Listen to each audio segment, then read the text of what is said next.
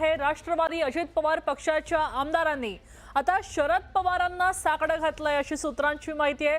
खरं तर राजकीय पक्षाच्या या घडामोडींना सगळ्यांचं लक्ष वेधून घेतलंय, आमदारांचं साकडं घातलंय, सूत्रांनी ही माहिती दिलेली आहे। तर साहेब काहीतरी करा अशी विनवणी ही केली, शरद पवारांना ही विनवणी केली असं कळतंय। राष्ट्रवादी पक्षामध्ये सध्या जे सुरू आहे ती अस्वस्थता आपण पाहतोय, त्या अस्वस्थतेच्या पार्श्वभूमीवर राष्ट्रवादी अजित पवार पक्षाच्या काही आमदारांनी शरद पवारांची भेट घेतली होती आणि त्या भेटीनंतर हे साकडं घातलं होतं अशी खात्रीलायक सूत्रांनी आता माहिती दिलेली आहे। साहेब अशा परिस्थितीमध्ये राष्ट्रवादी अजित पवार पक्षामध्ये राहणं कठीण आहे, काहीतरी करा अशी विनंती त्यांनी शरद पवारांना केली अशी माहिती समोर येते। आपल्यासोबत प्रणाली कापसे जोडल्या गेलेल्या आहेत आणि आपल्याला प्रणाली याबद्दलची सगळी माहिती देणार। प्रणाली, आपण पाहतोय की काही वरिष्ठ नेत्यांनी अशी तक्रार केली आहे, कालच कार्यकारिणीबद्दलची सुद्धा एक बातमी आली होती, आता अपडेट काय आहे?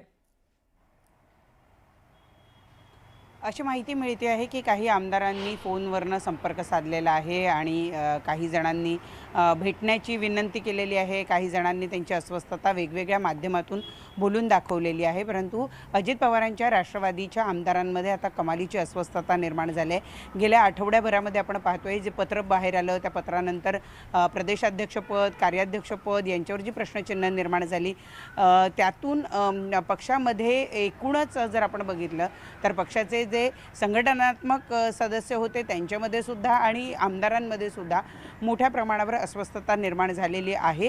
अनेकांच्या मनामध्ये आपल्या अस्तित्वाबद्दलचा एक प्रश्न निर्माण झालेला आहे, आपण कुठे जावं असा सुद्धा एक अडचण जी आहे ती काही जणांची झाली आहे आणि त्यातून शरद पवारांना संपर्क साधण्यात आलेला आहे आणि त्यांना असं म्हणण्यात आलेलं आहे की साहेब काहीतरी करा। ही जी अस्वस्थता आहे या शब्दांमध्ये बोलून दाखवण्यात आलेली आहे की अशा आत्ताच्या परिस्थितीमध्ये अशा ठिकाणी फार काळ राहणं हे सोपं नाही आहे, शक्य नाही आहे असं सुद्धा काही जणांनी म्हणून दाखवलेलं आहे आणि त्यातूनच शरद पवारांच्या समोर अजित पवारांच्या पक्षातल्या लोकांनी जी खदखद बोलून दाखवलेली आहे त्यातून त्यांच्यामध्ये पसरलेली अस्वस्थता आहे ती मोठ्या प्रमाणावर जाणवून दिसून येते आणि त्याचबरोबर या सगळ्यांचा ओढा कशा पद्धतीनं शरद पवारांकडे निर्माण झालेला आहे हे सुद्धा दिसून येत आहे। पक्षांतर्गतच नेतृत्वाकडून काही ज्या काही घटना घडलेल्या आहे किंवा जी काही पत्र बाहेर आलेली आहे त्या पत्रातून एकूणच सगळ्यांच्या अस्तित्वावर प्रश्न निर्माण झाल्यामुळे ही अस्वस्थता निर्माण झालं असल्याचं यातून आपल्याला बघायला मिळते। आता पुढे काय घडतं हे बघावं लागणार आहे, परंतु अजित पवारांच्या राष्ट्रवादीच्या आमदारांनी थेट शरदचंद्र पवारांशी संपर्क साधल्यामुळे पक्षामध्ये आत्ताच्या घडीला किती मोठ्या प्रमाणावर अनिश्चितता, अस्वस्थता पसरलेली आहे हे मात्र दिसून येत आहे। नक्कीच, धन्यवाद सविस्तर माहितीसाठी प्रणाली। आता इथं शरद पवार नेमकी भूमिका काय घेतात हे पाहणं महत्त्वाचं आहे। धन्यवाद सविस्तर बातमीसाठी। तर झिशान सिद्दीकी यांची आमदारकी आता अडचणीत येऊ शकते अशी शक्यता वर्तवली झालेली आहे, कारण सुनील तटकरे यांचं नाव मध्ये येतंय। त्यांच्या प्रदेशाध्यक्ष पदाबाबत जो वाद सुरू आहे त्या वादाच्या पार्श्वभूमीवर चर्चा आहेत आणि हा वाद समोर आलेला आहे। झिशान सिद्दीकी यांच्या एबी फॉर्मवर सुनील तटकरे यांनी प्रदेशाध्यक्ष म्हणून सही केली आणि कायदेशीर प्रश्न उपस्थित झाले। मात्र 29 एप्रिल रोजी निवडणूक आयोगाला पाठवलेलं जे पत्र होतं त्या पत्रामध्ये तटकरे यांच्या नावासमोर प्रदेशाध्यक्ष पदाचा उल्लेख नव्हता असं सांगितलं जातंय आणि त्यामुळे 30 एप्रिल रोजी केलेल्या सहीवर आता प्रश्नचिन्ह निर्माण झालंय। राष्ट्रवादी काँग्रेस पक्षाच्या राष्ट्रीय अध्यक्ष सुनेत्रा पवार यांच्या सहीनं निवडणूक आयोगाला पत्र पाठवलं गेलं होतं आणि या पत्रामध्ये पक्षाकडनं पाठवण्यात येत असलेला हे पत्र व्यवहार अंतिम आहे असं समजावं असाही उल्लेख केला गेलाय।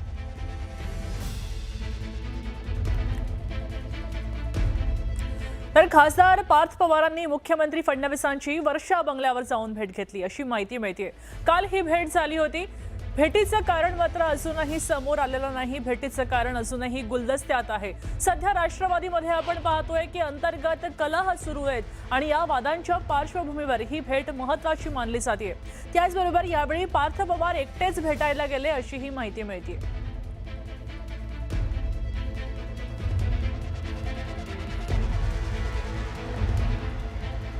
माजी खासदार आणि नुकत्याच शिवसेनेमध्ये प्रवेश केलेल्या आनंद परांजपे यांनी शरद पवारांची भेट घेतली।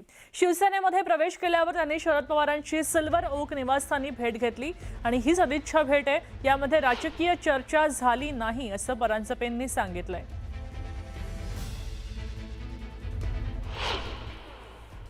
त्यांच्या कानावर देखील ही गोष्ट माहिती आहे की मी आदरणीय पवारसाहेबांना भेटणार आहे, त्यामुळे चिंता नसावी.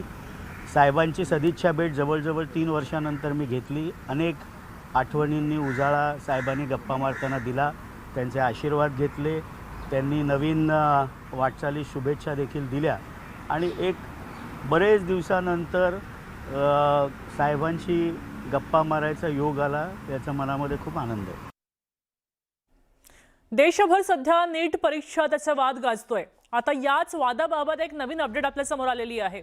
देशभरामध्ये सध्या नीट घोटाळा सुरू आहे आणि त्याचा मास्टरमाइंड PV कुलकर्णी, त्याची बीडमध्ये मालमत्ता आहे असं कळत आहे. नवीन माहिती समोर आली आहे. कुलकर्णी हा मूळचा बीडमधला आहे आणि त्याची 5 मजली सदनिका बीडमध्ये आहे असं कळत आहे. शहरातल्या शाहूनगर भागात त्याचं वडिलोपार्जित घर आहे आणि ते पाडून आता त्या घराच्या जागेवरच खर्च करून टोलेजंग 5 मजली सदनिका त्यानं बांधलेली आहे असं कळत आहे. आणि विशेष म्हणजे या इमारतीचं बांधकाम करताना नियमांचं पालन केलं गेलं नाही असाही आरोप परिसरातल्या नागरिकांनी केला.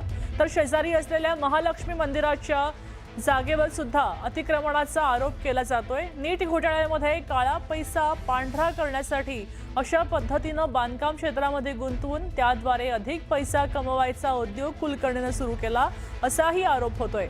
PV कुलकर्णी यानं अशाच पद्धतीनं कोट्यवधींची माया कुठे कुठे गुंतवली आहे याची चौकशी केली जावी अशी मागणी होतीये.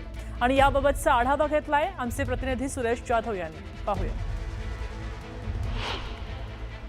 देशभर गाजत असलेल्या नीट घोटाळ्याचं बीड कलेक्शन उघडकीस आलं आहे आणि यातील प्राध्यापक PV कुलकर्णी यांना उच्चस्तरीय तपासी यंत्रणांनी ताब्यात घेतलेलं आहे. त्यांची कसून चौकशी देखील सुरू केली.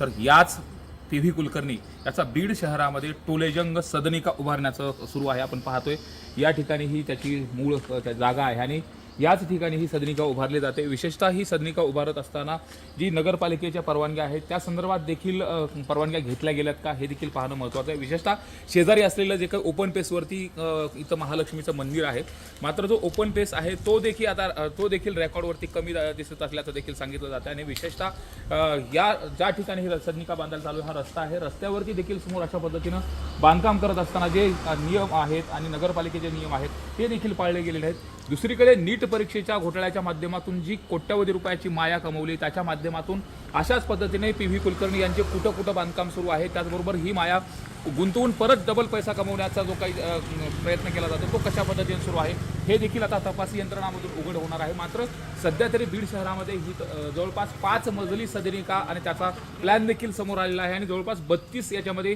फ्लॅट देखील असणार आहे. त्यामुळे नेमकं हा जो काही पैसा आहे हा पैसा कशा पद्धतीने कमवला गेला, बरोबर याच सदनिकेमध्ये आणखी कोणी पार्टनरशिपमध्ये आहे का या संदर्भातली माहिती मिळू शकली नाही. नगरपालिका प्रशासनाकडून आता याची देखील चौकशी करणं अपेक्षित आहे आणि तशा पद्धतीची इथल्या लोकांकडून मागणी केली जाते. विशेषतः महालक्ष्मी मंदिर शेजारी असताना त्याच्या देखील काही जागेवरती अतिक्रमण केले का हे देखील पाहणं महत्त्वाचं आहे. एकीकडे नीट घोटाळा करून कोट्यवधी लाखो जे विद्यार्थी आहेत त्या लाखो विद्यार्थ्यांच्या भवितव्याशी खेळ करून कोट्यवधीची माया जमवणाऱ्या या PV कुलकर्णी याच्यावरती अशा पद्धतीने जी जमवलेली माया आहे याची देखील चौकशी केली जावी आणि जर अतिक्रमण आणि इथं ओपन पेसवरती जर अतिक्रमणाचा भाग झालेला असेल तर त्याच्यावर देखील कारवाई केली जावी अशा पद्धतीची मागणी आता बीडकरांकडून केली जाते. सुरेश जाधव, न्यूज 18 मराठी, बीड.